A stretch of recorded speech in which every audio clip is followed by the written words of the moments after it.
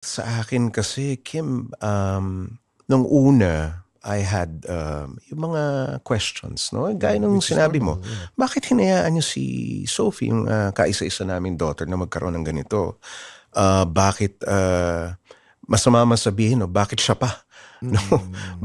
Bakit, kinakailangan mag-suffer yung bata? But, you know, yung nung, niyaya ako ni June, my wife 'no, si June kasi anak ng isang Baptisto na Mm. pastor and sabi sa'kin ni June, "Alam mo yung mga questions natin, siguro ang makakasagot lang niyan yung ating, ang Diyos 'no, Mm. dahil it's beyond us, eh." Mm. And, I tried it out 'no. This was, more than 10 years ago, Kim. Mm.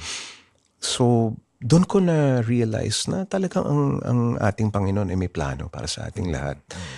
And probably yun yung plano niya for Sophie and for our family. Mm. And, hindi ko rin maiwasan siyempre na ikinalulungkot ko every time I see her, but, you know, the inspiration comes from, kung siya nga ganun ka-positive ang kanyang outlook sa buhay, paano ka pa?